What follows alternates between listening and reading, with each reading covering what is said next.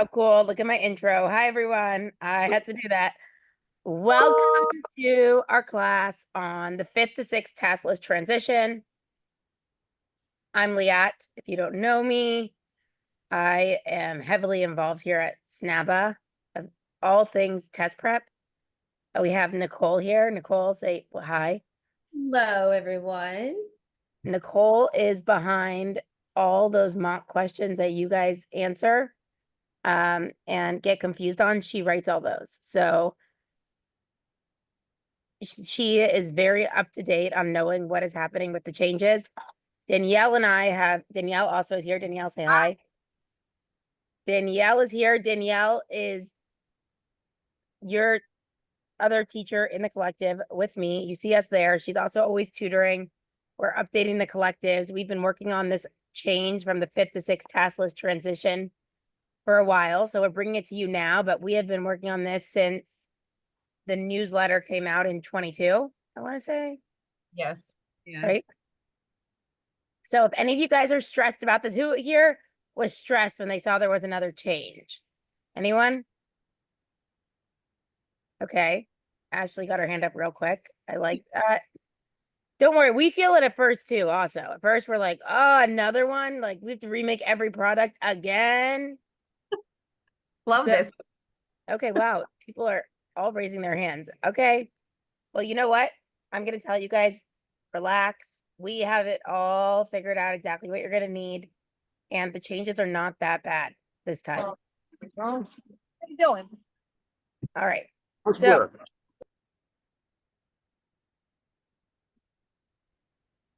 all right, Nicole, you want to get us started? Sure. So overall, the big question is, what is happening? The biggest thing is that starting January 1st, 2025, that's this upcoming January, the BACB is going to base both the BCABA and the BCBA exams on the 6th edition test content outline. No more task list. Bye-bye. We're not calling it that anymore. It's just the test content outline, which is exactly what it sounds like. The outline is going to tell you exactly what's going to be on your exam.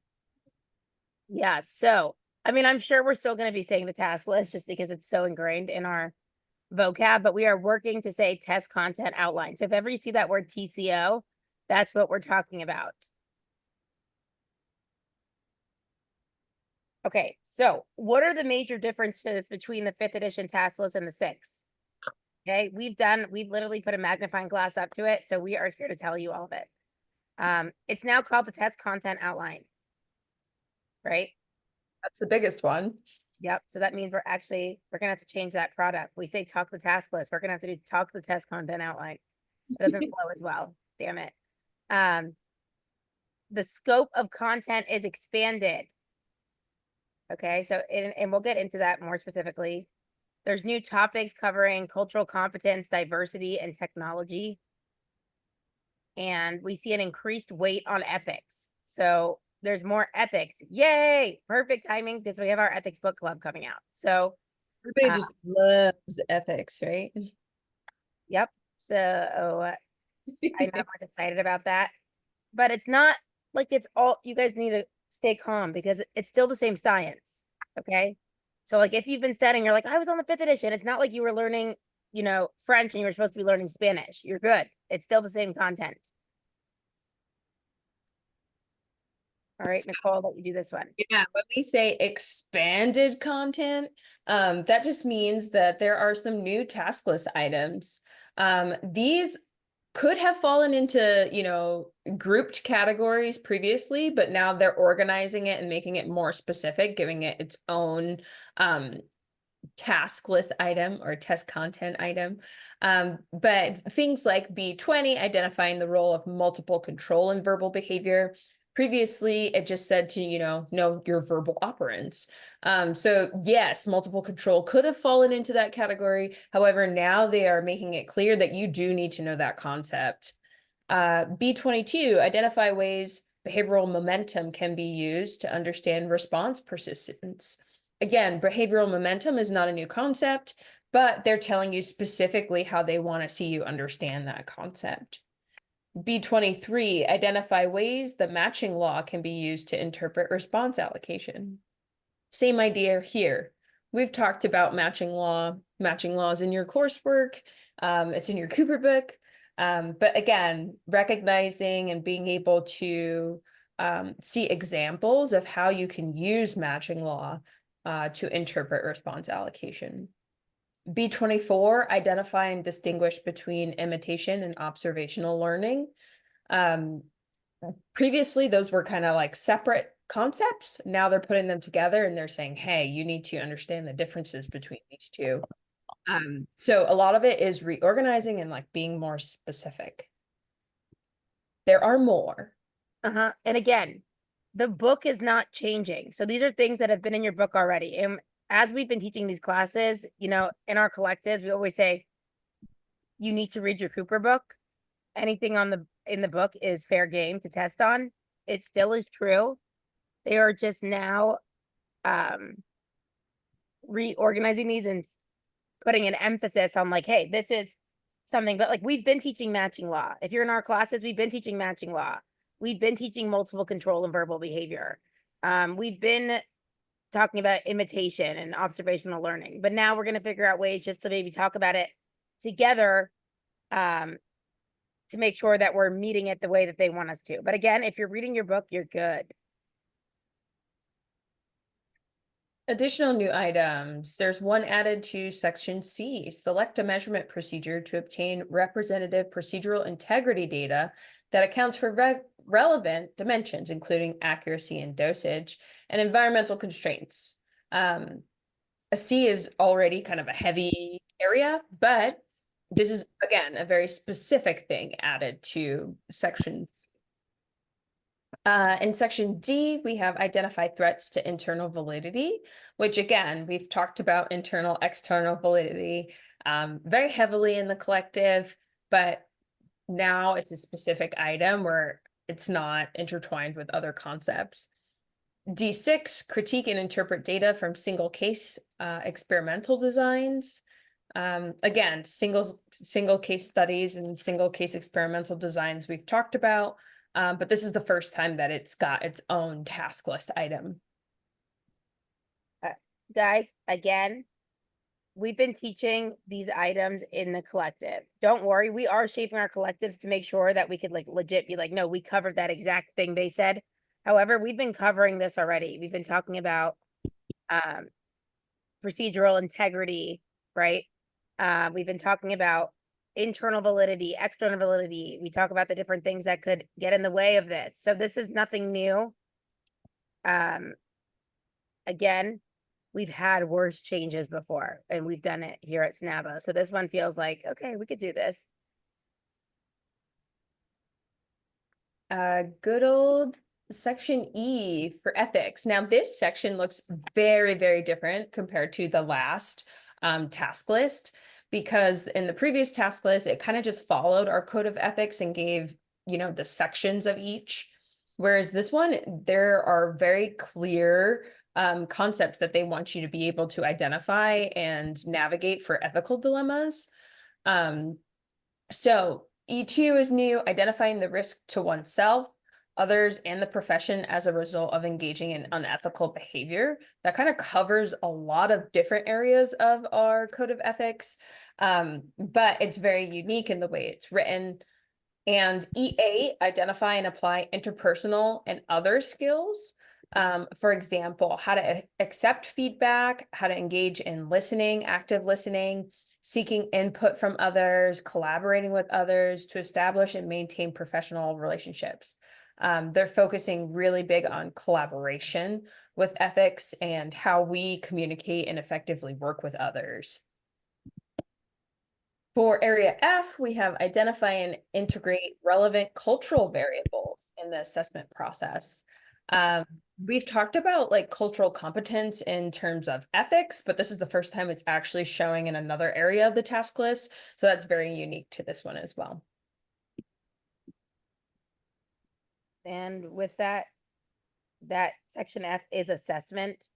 So now I mean, and these are, by the way, we always say that ethics, people are like, okay, how do I study ethics? Ethics with every topic throughout the collective, we'll tell you the ethics as we go along, right? So if we're teaching a class on punishment, we're going to talk about the ethics that go with punishment. If we're talking about assessment, we're like, hey, you got to keep these things in mind. So again, these are things that we are covering.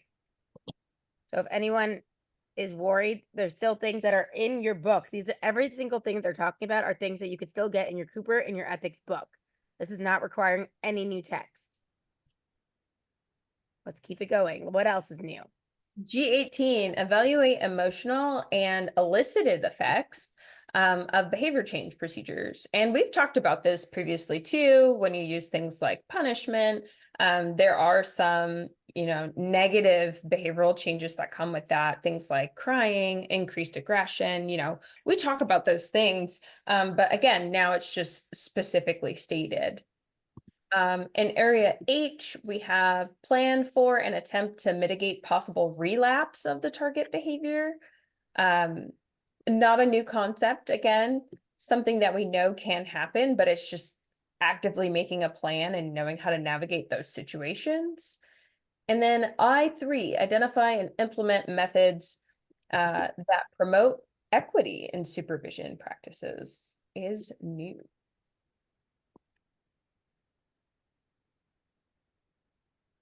So with that, those are all the additional items that weren't clearly or explicitly stated in the old task list. But what we also noticed is that there are some items that are excluded from this new test content outline. And these include 3 things from G. G15, the use of extinction.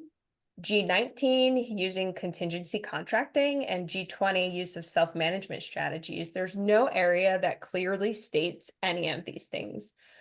But, and I want to stress this big time, it does not mean that you don't need to know these things. You're still going to use them, and it's still a part of our science. It's still going to be tested. However, the way that the new TCO is outlined, it's clear that they want you to use extinction with reinforcement, right? So there's still a section on differential reinforcement procedures, which we know uses reinforcement and extinction, and it's still one of those core principles of our science. So it's not saying don't know extinction, but it's saying when we test you, just know that we're not going to be, talking about extinction alone. It's always going to be paired with reinforcement for what it looks like. I was pretty shook by this myself because when we talk about our 3 core principles, right? Reinforcement, extinction, punishment. I was like, what? Again, it's still, as you see, our science is shifting the way they talk about different items. However, these are still things that are like, we're still talking about everyday behavior and what's happening on a natural basis, whether we're using it as an intervention extinction, you need to understand that extinction happens naturally in real life as well, right? So you need to understand these things. And they're still in the book, but they've taken them out. They've obviously taken off the emphasis, which is interesting. Yeah, I think it just matches where our field is heading overall. Because they say, best practice isn't to jump to an extinction procedure. It's not, so it doesn't surprise me too much that they've taken like focus off of that. But like you said, it's still a huge part of our science. So you still have to know what it is and understand how to use it, how to recognize it, just like you said. Same with the other 2, self-management, contingency contracting. You're still going to see concepts about that. I think those would just fall into those would just fall into different areas. So it might be like antecedent interventions, and then you talk about how you could use that for self-management. I think, there's ways around that where it's just not specific. So, guys, how does this affect you? All right, or your supervisees if you're a supervisor here. There's no additional changes in terms of no extra coursework and no extra field work hours. This is big, okay? Last time people were shocked that they increased the amount of hours required, right? It went from 1,500 to 2,000 hours, or that was 2 changes ago, maybe. I don't know. We've done so many changes now. I can't keep up really. However, this is big. Your coursework is good, right? Your coursework might reference the new TCO items. So if your school is on their game I'm sure they're feeling the same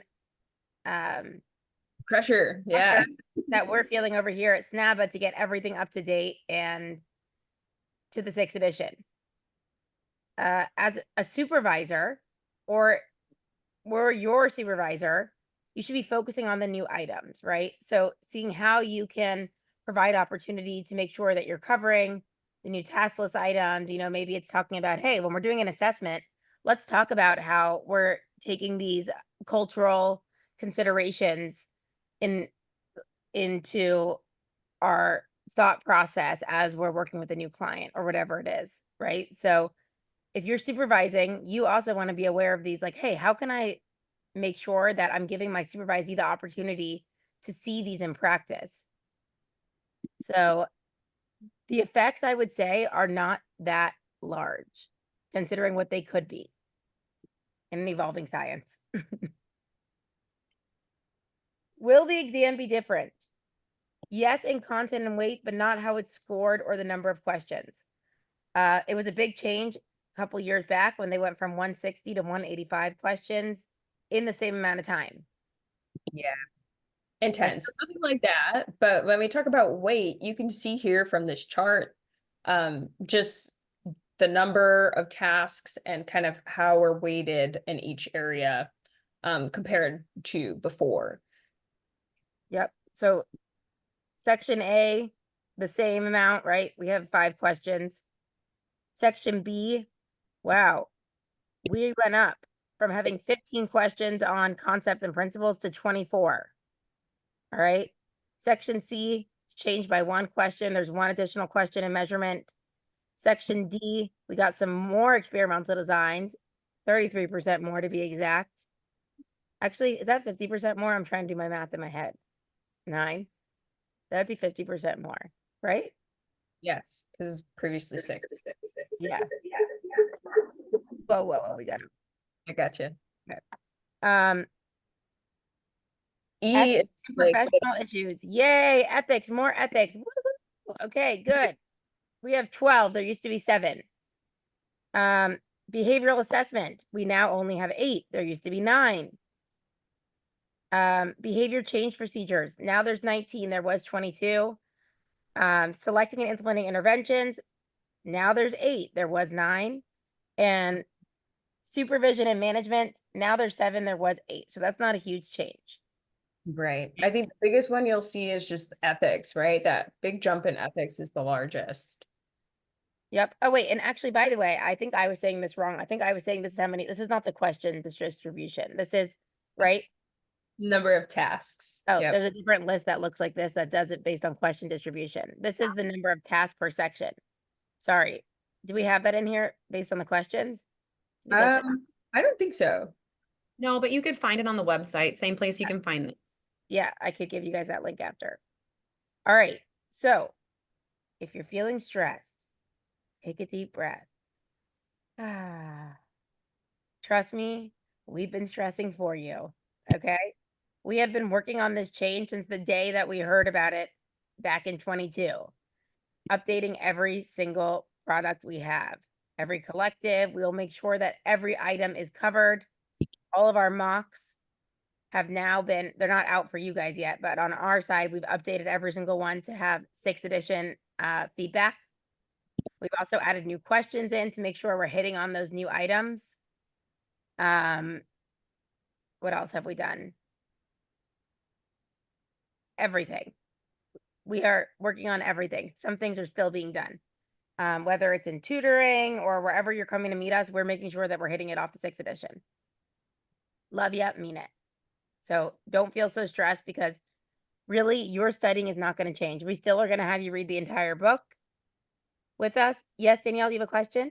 Oh, no, I don't. I was just thinking about this. So I was thinking about this the other day. Like, so I feel like when people come to me and they're like, well, I don't want to read. I want to just use something that's the Cliff Notes version. And I think we have to go back and remember that if we're going to be really good practitioners, we have to understand the science. So regardless of what is on this task list content outline, you are manipulating someone's life. So just like a doctor or a nurse that goes to school, you wouldn't want your doctor or nurse to be like, I read the Cliff Notes. Let's see how it works, right? So like, you have to put the work in and be able to understand and apply the science so that you can be a really good practitioner and understand how to impact someone's life in a meaningful way and not just I'm going to do it in an okay way because I kind of know it. That's not the type of practitioner you want to be. So for me, regardless if the list changes, what's important is this is the book that you need to know and understand so that you can be really great at your job, so that you can really make a true impact, because it's not about, there's no easy thing with this test. It's not about what I need to study on the task list out, whatever it is. My brain's going to take a minute to shift that wording, but like, you need to read, period. And that's what we'll always tell you, because that's what's going to make you a really great BCBA and a really great practitioner, because you understand and comply the science, and you're not just like checking the box. Like, I don't want my doctor to just check a box, right? I want them to be really great at what they do because I am having an issue. So that's just my spiel. Sorry, that's my soapbox.